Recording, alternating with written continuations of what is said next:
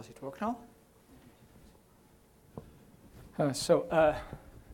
Good morning, everyone. Now I seem to be the one standing between you and lunch, so I try not to run over my allowed time.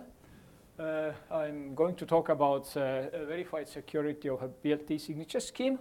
This is joint work with several co-authors, and by all rights, actually, Dennis should be here giving this talk because he was lead author, main workhorse in this research effort. But unfortunately, he's a bit ill and can't travel right now, so you have to settle for me, and I apologize for any deficiencies. So the motivation for the BLT signature scheme itself is that all the digital signature schemes that are in wide use currently, like RSA, whose security rests on the difficulty of integer factoring, and DSA, and ECDSA, whose difficulty rests on the security rests on the difficulty of computing integer discrete logarithms. All are vulnerable to the Shor's algorithm attack. So basically, as soon as anybody builds a large enough working quantum computer, we already know in advance that this will break the security of those signature schemes. So, and now one of the hopeful things is that the hash functions appear to be more resilient to quantum attacks. So since this is not a cryptographic route, I hope I'm not insulting anybody by reiterating a little bit about what hash functions are and what cryptographers are expecting of them. And so in general, hash functions are one-way functions from arbitrary sized inputs, mapping them to fixed sized outputs. And then the outputs are technically called hash values or message digest, depending on who you're talking to. And in popular literature also, they are called the digital fingerprints of the input data. And oftentimes, hash values are used as representatives or commitments for data that is either too large or too confidential to handle directly in cryptographic protocols. And to facilitate that use, then the hash function has to be efficient to compute in the forward direction, and it has to be one way, and more formally, this means that it has to be premise resistant. So given an output of the function, it should be infeasible to find an input mapping to that output. It should also be, in order to work as a commitment, it should be also second premise resistant, meaning that having one input, then of course it's easy to compute what's the corresponding output. It should be infeasibly difficult to find a different input mapping to the same output. Since inputs are arbitrary sized and outputs are fixed sized, then there are such collisions or second pre-images for almost all inputs, but it should be difficult to find one, infeasibly difficult. And also a good hash function is expected to be collision resistant, so it's infeasible to find a pair of inputs that map to the same output. And the difference between second premise resistance and collision resistance is that in the collision resistance case, the attacker is allowed to choose both x1 and x2, but in the premise resistance case, x is fixed and the attacker is only free to choose x prime. The best known quantum attacks against hash functions now are from 96 by Grover, where a preimage could be found instead of trying 2 to the k possible inputs with a square root of that effort. And the collision is, there is a natural upper bound on collision resistance of a k-bit hash function, which is 2 to the power of k over 2. And then Brassard adopted Grover's algorithm, Brassard and company, adopted Grover's algorithm to find the collision in 2 to the power of k over 3 instead.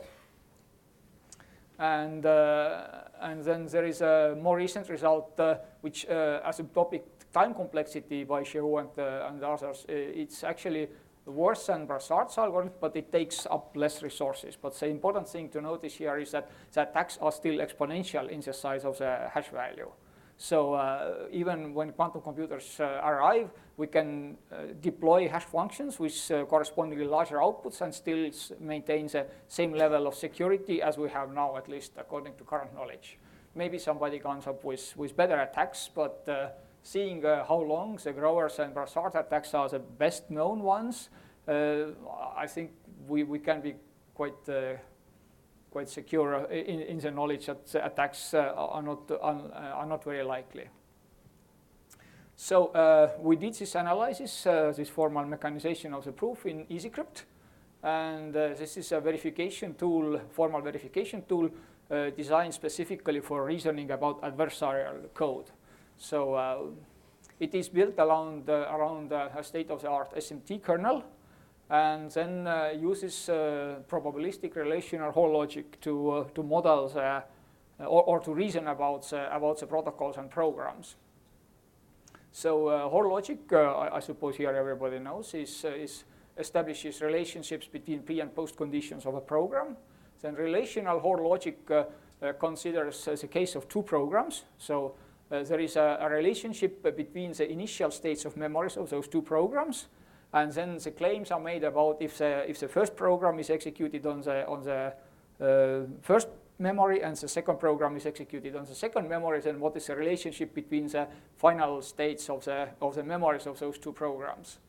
So and probabilistic relational Hall logic considers a case when those two programs might be probabilistic. So instead of the while programming language, they are written in p-while, which contains additionally the possibility to sample from a random distribution. And then the post conditions are relations over subdistributions induced by those probabilistic programs. And by a way of simple example of how proofs in EasyCrypt work and look like, we consider a well-known theorem that the collision resistance of a hash function implies second preimage resistance of the same hash function. And how we go about proving this in EasyCrypt is that first we define an interface of the adversary that claims to be able to break the collision resistance. So the adversary is a function which outputs two inputs for the hash function, and then we put this to test that the adversary really can do what they claim. We put it into this kind of game, into a challenge where we ask the adversary to generate those two inputs, and then we return true if the two inputs are different and they map to the same hash value. So basically we establish whether the adversary could actually do what they claimed. Note that this only is a functional specification. EasyCrypt doesn't deal in complexity guarantees. So if we want to claim that the adversary is efficient, we have to study that case specifically, separately, manually still. Now, the adversary and game for second preimage resistance are quite similar. Again, the interfaces, we are giving one input, and the adversary has to give another input, and the condition for success is that the two inputs are different, and they map to the same hash value. And the game now uses this probabilistic nature of the p-while programming language by sampling randomly from the possible space of different inputs for the input to give us as a given input to the adversary. So this is to diffuse the risk that maybe we are giving by accident to the adversary a value that for which the adversary has already done some pre-computation or something. So since we sample it randomly every time, the probability that we just happen on a value which is weak and the adversary knows a solution for is really low. And now, typically those reduction proofs in cryptography are done by showing that having the proofs are done in this contrapositive manner, where in order to imply that to prove that collision resistance implies second preimage resistance, which is the theorem we want to prove in the end, then we assume there is an adversary that breaks second preimage resistance, and we show using that adversary as a subprogram or a building block, how do we build an adversary that breaks the collision resistance. So lack of second preimage resistance implies lack of collision resistance, and therefore the theorem must hold. And we do this construction constructively. We assume we have an adversary that can break second preimage resistance, and we give a transformer function which takes this adversary as an input and produces an adversary that breaks collision resistance. So basically just we use the adversary here. We sample one of the inputs randomly. We use the adversary to get the other input, and then by definition of what it means for the other second preimage resistance breaking adversary to be successful, we know that the result is a collision for the hash function. And this is actually a theorem that can be automatically proven in EasyCrypt by saying that the probability that the second preimage resistance adversary succeeds is less than or equal to the probability that the transformed adversary succeeds in the collision resistance game. So we have shown that whenever there is an adversary that is efficient at breaking second preimage resistance, we can build an adversary, and we can see here that the overhead of transforming the second preimage breaking adversary to collision resistance breaking is very small, so we can as efficiently break the collision resistance off. And this is how all of the theorems are in general done in EasyCrypt. So now a signature scheme in general consists of a key pair, a private key for creating signatures, and a public key for verifying them. And so signing a message is a call to a signing function, and verification is a call to a verification function with a M as a message that is to be signed or on which a signature is to be verified. And basically what we want to prove for a signature scheme is existential unforgeability. So basically signatures on any messages cannot be forged in very, very short terms. Now, one thing that is well known how to what can be built out of hash functions is message authentication codes, where the sender and receiver share a secret key, and then whenever a sender wants to send an authenticating message, they use a hash function to compute an authentication code on depending on the message and the key, and the recipient having received the message and an authentication code on it, they can verify whether the code matches what should have been with the correct key. And if it does, then this implies that the message came from somebody who knew the key. So now one thing that we want from a digital signature system is a non-repudiation property, which means that when a signer has signed something, they cannot later disown the signature. They cannot claim, no, I really didn't do it. And the message authentication code doesn't have this property because the key that is needed to compute the message is the message authentication code is the same key as is needed for the verification. So the recipient also knows the same key, and in order to, if the recipient tries to use the received message with authentication code to prove to a third party that the message really came from the sender, this really doesn't convince, because the recipient himself also knows the key, so they could have made up the message and then computed the corresponding authentication code, and there is really no need for the message or the authentication code to come from the claimed sender.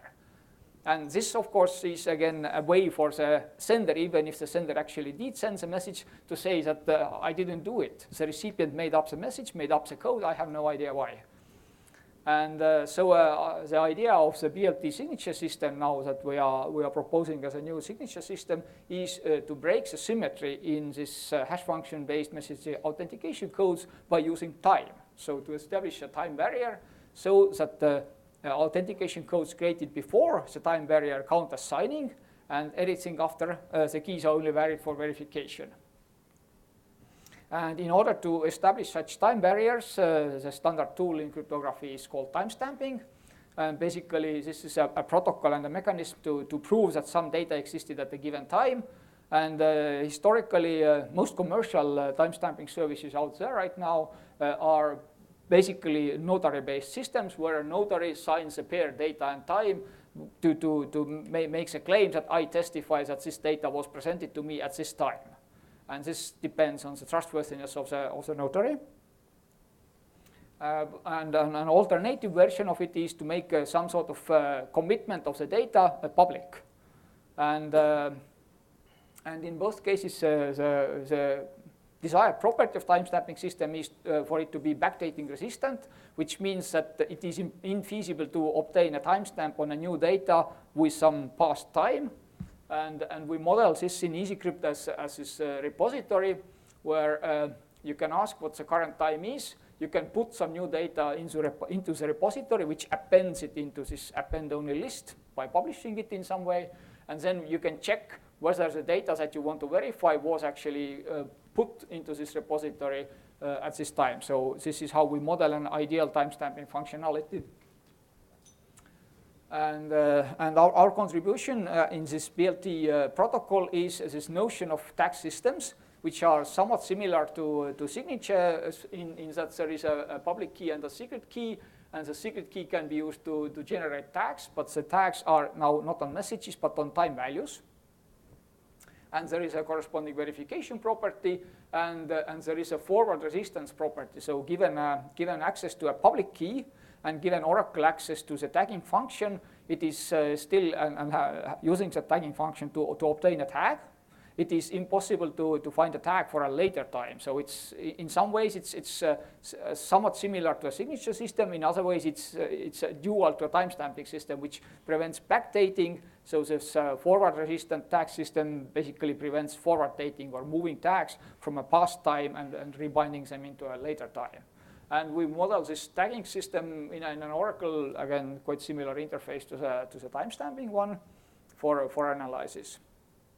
And now combining this forward-resistant tag system with a backdating-resistant timestamping system, this actually, we claim that this induces a signature scheme, and this is a theorem that we published in an earlier paper with a pen and pencil, with a pen and paper proof, so handwritten proof.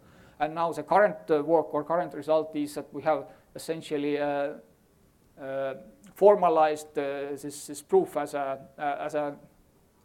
EasyCrypt program. And since I'm running out of time, I have to ask you to read the details in the actual paper, and I just comment a little bit about the results. So it turns out if you go formal enough and do a detailed analysis, then the requirements on the hash function and the tagging system employed really depend a lot on the fine details of exactly which data is put into this repository. So an important detail in this process of defining the signature scheme is that we bind the message to the tag to create a signature. And then this binding function actually turns out to have a critical influence on exactly what is required of the timestamping repository and the tagging system for the whole signature scheme to be secure. So if the timestamping repository contains plain message and tag pairs, which of course is very bad for privacy, because if you want to sign a private message or confidential message, you probably don't want to blast it all over the world.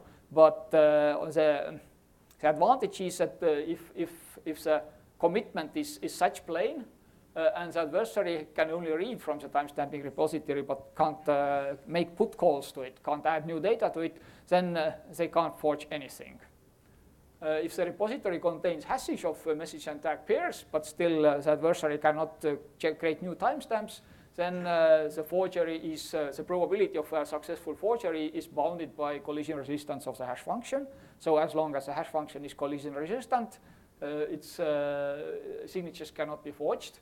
This matches the theorem that we had a manually written proof in the paper that when the repository contains plain message and tag pairs and the adversary can both read what is in the repository and also add new data to the repository, but never delete or change anything that is already in there, then the forgery probability of a forgery is bounded by the forward resistance of the tag scheme. So this is a good thing that the proofs that we had written manually in our previous paper actually holds under closer scrutiny. So I'm very glad about that result. And this, maybe I will skip. This is quite a nuanced result, which probably should again go and read the paper or grab me during the coffee break afterwards. And for future research, so far a limitation of this current result is that we verify the security of the signature system, assuming certain security properties of this tagging system. Future work is to also formally verify the security properties of practical tagging systems to complete the circle and have an end-to-end verification of the security. So, thank you.